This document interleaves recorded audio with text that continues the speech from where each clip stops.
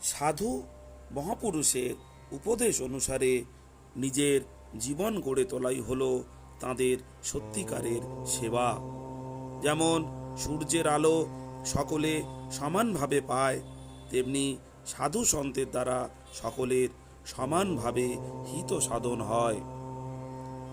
বাইরের প্রকাশ সূর্যের দ্বারা হয়, আর অন্তরের প্রকাশ হয় সাধু মহত্তর দ্বারা।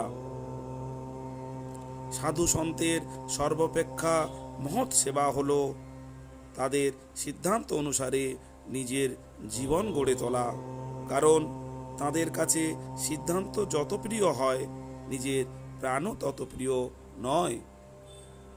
ভগবান, সাধু সন্ত, ধর্ম ও শাস্ত্র এরা কখনো কারো থেকে বিমুখ হন না, প্রাণীগণই এদের থেকে বিমুখ হয়। সমুদ্রের ভিতরে কেউ পথ তৈরি করতে পারে না, কিন্তু সাধু মহাত্মারা সংসারের গ্রন্থসমূহ থেকে গীতা চয়ন করে আমাদের দিয়েছেন। এ তাদের কত কৃপা!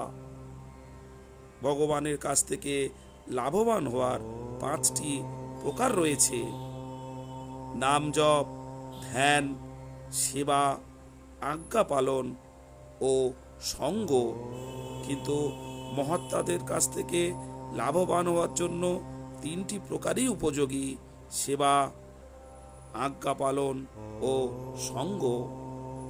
ধনী ব্যক্তিরা অন্যকে ভৃত্য বানায়, কিন্তু মহাত্মাগণ অন্যকে মহাত্মায় পরিণত করেন।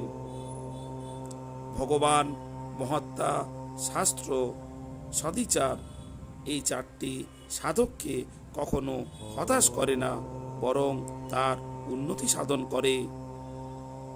অনাসক্ত সাধু সন্তগণের দ্বারাই সমাজে সর্বাপেক্ষা সংস্কার সাধিত হয়।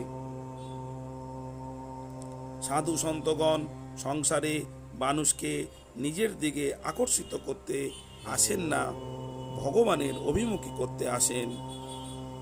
যিনি মানুষকে নিজের দিকে নিয়োগ করেন তিনি হলেন ঈশ্বরদ্রোহী এবং মানুষকে নরকগামী করেন।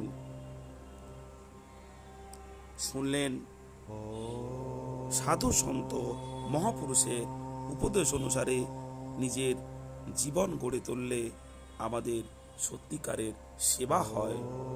শ্রোতাজন, ঈশ্বর চিন্তার মধ্য দিয়ে দিন যাপন করুন, পরমাত্মাকে লাভ করবেন আর কলিযুগ থেকে মুক্তি পাবেন।